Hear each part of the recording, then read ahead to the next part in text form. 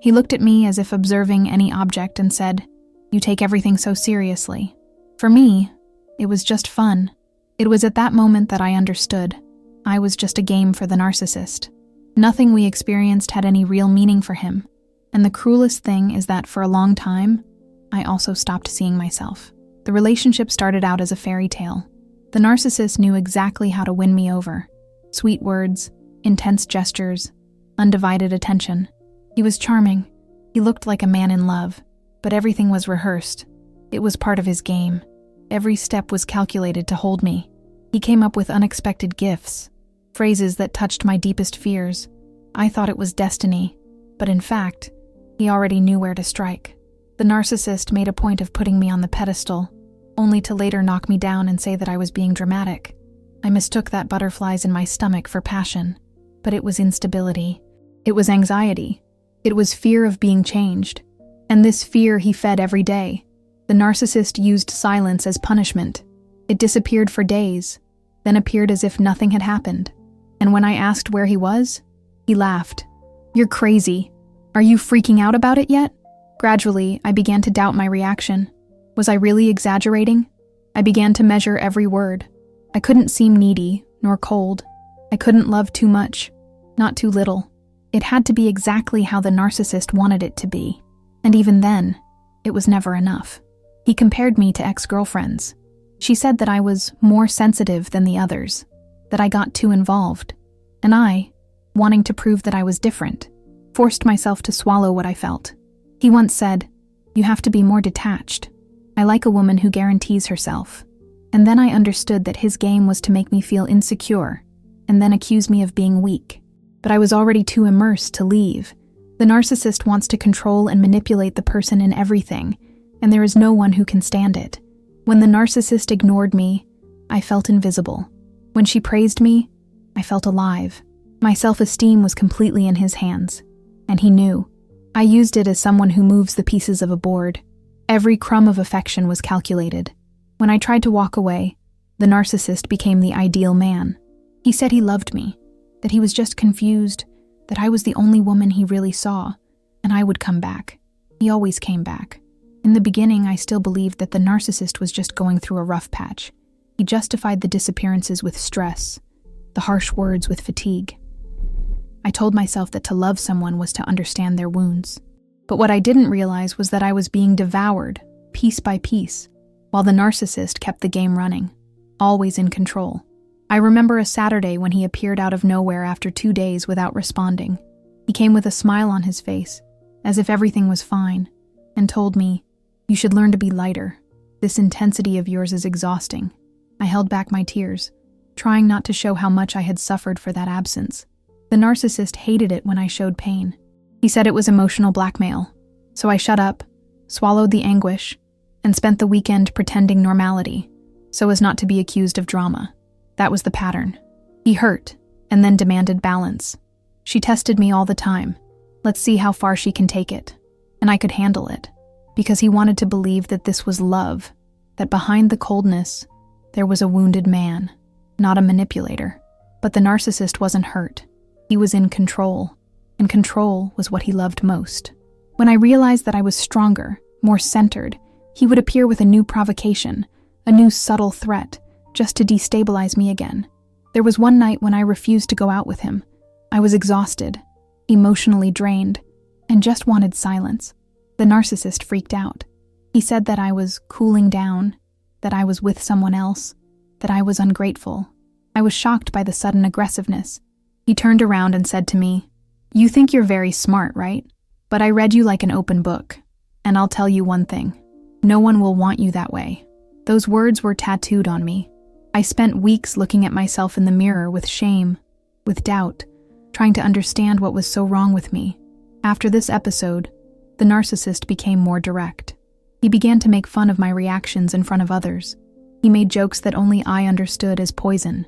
In front of his friends, he said, "She's too sensitive, she cries anything." And everyone laughed, thinking it was a joke. But it was humiliation. It was another way to show me that he could dismantle me even in public. And I, embarrassed, laughed along, trying to look like a good girlfriend, trying not to spoil the mood. Over time, my body began to react. I developed gastritis, insomnia, tachycardia. I went to the doctor, did tests. Nothing physical. It was anxiety. It was the body screaming that the mind tried to silence. I started to be afraid to check my cell phone. Fear of message, of absence, of silence. The narcissist dominated my routine. Even when I wasn't around, it was in me, in my thoughts, in my insecurities, in my decisions. I walked away from my best friend. She began to notice that I was changing.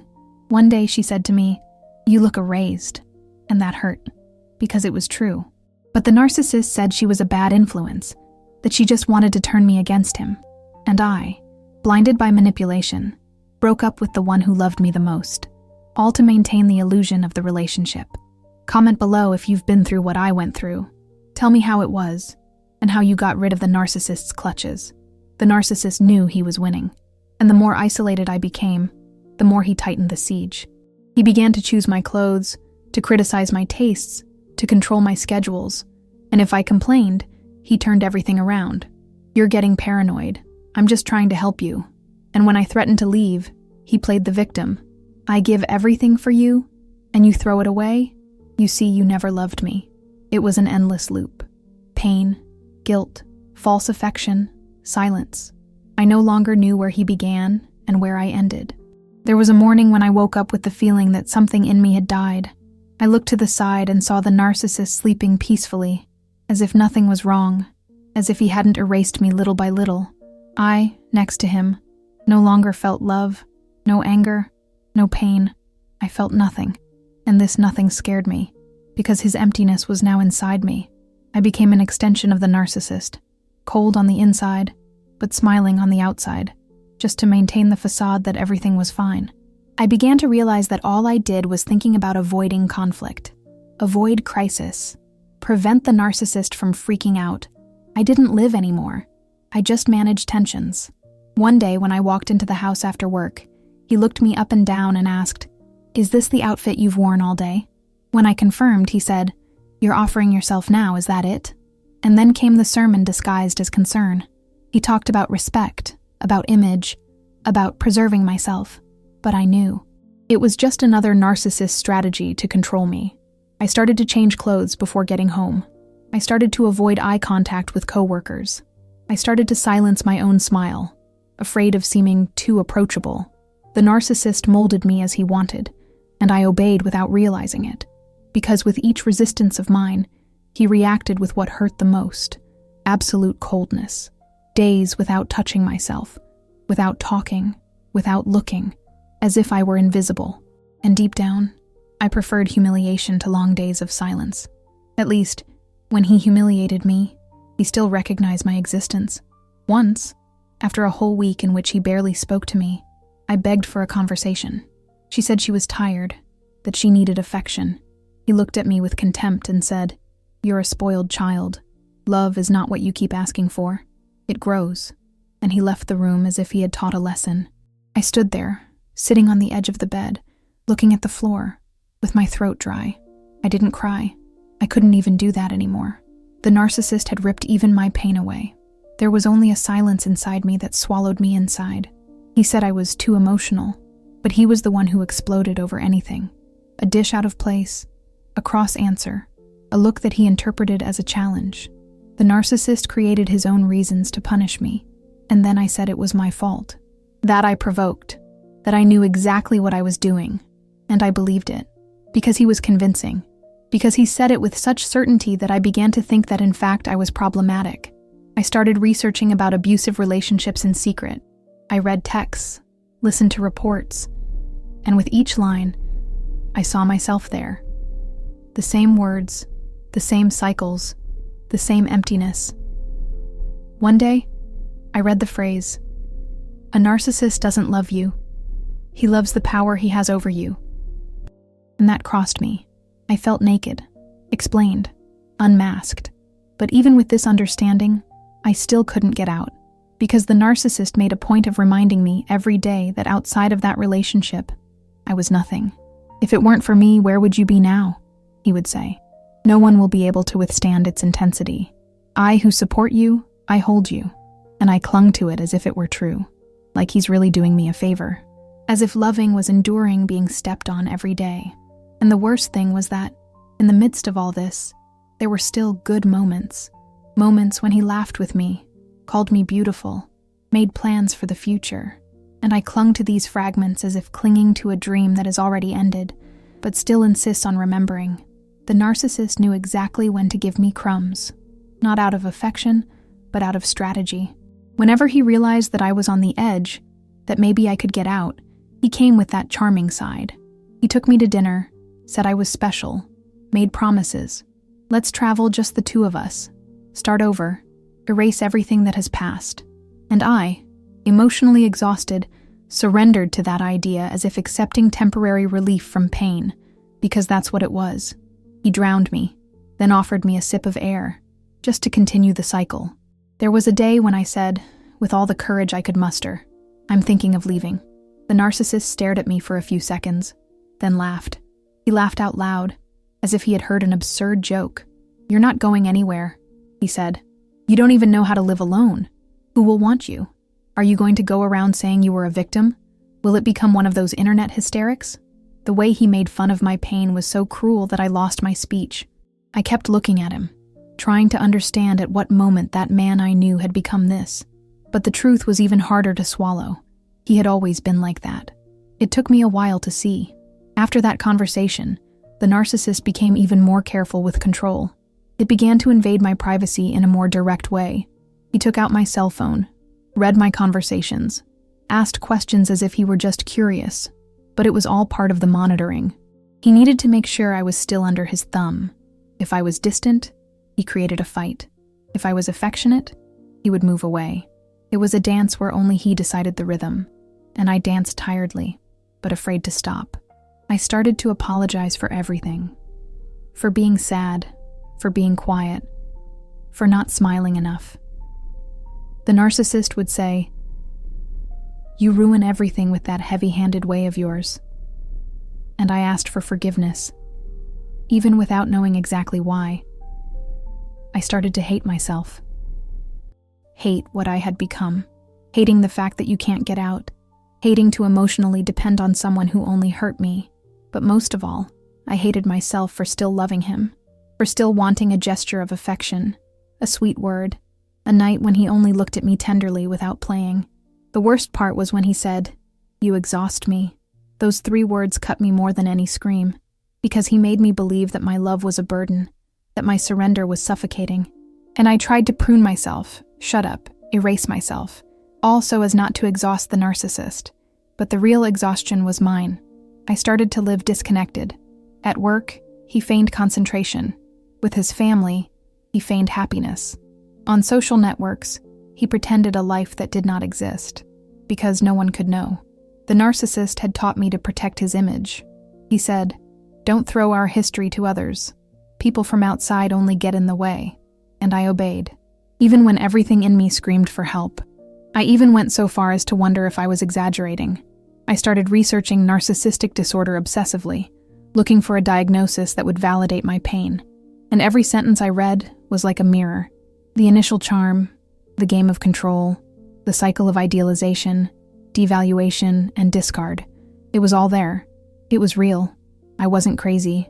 I was being destroyed by a narcissist.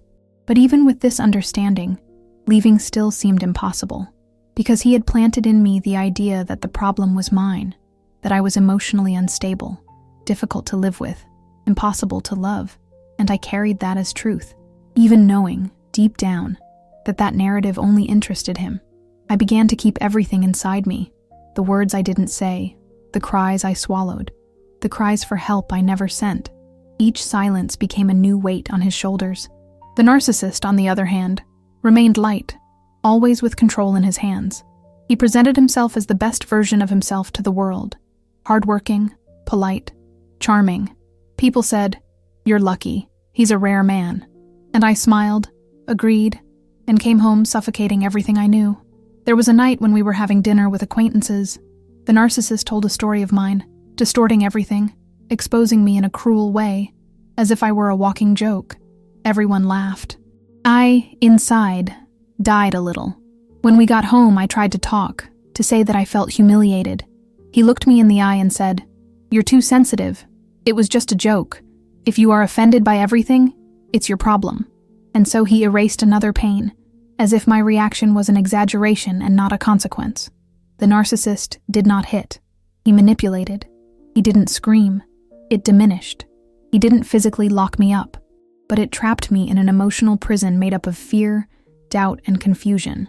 I no longer trusted my ability to interpret reality. I started to write down in a notebook everything that happened, so I wouldn't forget, so I wouldn't be convinced that I was making it up. It was my way of resisting. Even so, there were still days when I believed I could change, that if I loved more, understood more, gave in more, the narcissist would also change, that he would return to being that man from the beginning, the one who made me believe I was unique. But that man never existed. It was just the character he used to hook me. One Sunday afternoon, he called me to talk. He said that he was tired of my instability, that I was too needy, that he could no longer stand having to take care of my emotions. And at the end, he said, "Maybe we need some time. You're emotionally broken, and I can't fix you anymore." That destroyed me, because the narcissist had spent months breaking me, and now he used the very destruction he caused as a justification to move away. I was without ground for days. No appetite, no desire to get out of bed. I felt like garbage, a weight, a mistake. I called him at dawn, wanting to hear anything, even if it was another lie. He answered in a cold voice and said, "Go to sleep. You need treatment. This is already becoming a disease." And he hung up. It was there, alone on that freezing night, that I began to understand. I was never loved. I was used, manipulated, fed with false hopes. The narcissist never wanted to build me up. He wanted to possess me. He wanted to have power over me, not love for me. And I allowed it, because she wanted to be loved, because I confused control with care, presence with affection, silence with maturity. But still, even with this clarity, it was not easy to leave, because he had settled in me. The narcissist's words echoed in my mind. "You're too difficult. You are the problem. You'll end up alone." And even though I knew that it was part of his game, I believed it. Because his love was never love. It was poison with the taste of dependence. One day, after another silence of hours, I sat on the bathroom floor and stared at the tile. No strength, no direction, no plans. I didn't think about dying, but I also didn't know how to continue living like that. The narcissist had ripped everything out of me, my self-esteem, my spontaneity, my faith in myself. I felt like an abandoned house, full of marks, but with no one really inhabiting it. I got a message from him late that night. "Are you going to continue in this drama, or are you going to act like an adult?" I stared at that sentence for minutes. It was always like this. The narcissist pushed me into the deep end, and when I cried, accused me of throwing myself there. And for the first time, I didn't respond. I deleted the notification, turned off the cell phone, and was silent. But not that silence he imposed on me. It was mine, a silence of rupture. Finally, the next morning, I packed a small backpack. I put some clothes, documents, my notebook with all the notes. I left without making a sound. I went to my sister's house, who had already asked me several times if everything was okay. This time, I didn't lie. I couldn't say everything, but I said, "He's a narcissist, and I'm getting lost inside." She hugged me and said, "Now begins the hardest part, but also the most liberating." The narcissist came to me days later, first coldly, "Are you really going to throw it all away?" Then with charm, "You're everything to me, don't do that." Then with guilt, "You're going to regret it." But I no longer answered. I deleted the messages, blocked the contacts, muted everything. His every action was predictable, programmed, part of the game that I had finally stopped playing. But what no one told me is that, even outside the relationship, the narcissist remains inside us for a while. His voice still accompanied me. I found myself doubting myself, apologizing for no reason, wondering if I overdid it. The trauma does not disappear with the end. It drags on through the days, the memories, the phrases that stick to the skin. I started going to therapy regularly.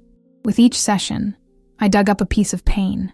I cried for everything I let go, for everything I accepted, for everything I swallowed silently. The therapist said, "You didn't love little. You loved someone who has never seen you too much." And that was it. I screamed love to a narcissist who only knew how to listen to his own echo. Today, I'm still rebuilding. I still have days when I wake up doubting my strength. But I also have days when I remember who I was before, and I start to find myself again. Not like before because that woman was hurt, but as someone younger, more attentive, more alive. And the narcissist? He follows the game. There is already someone else. He already has new phrases ready, new calculated silences, new armed compliments. But it doesn't matter anymore. Because now, finally, his story no longer defines who I am. And even with my heart still in pieces, I keep going. One step at a time, in silence, in my time.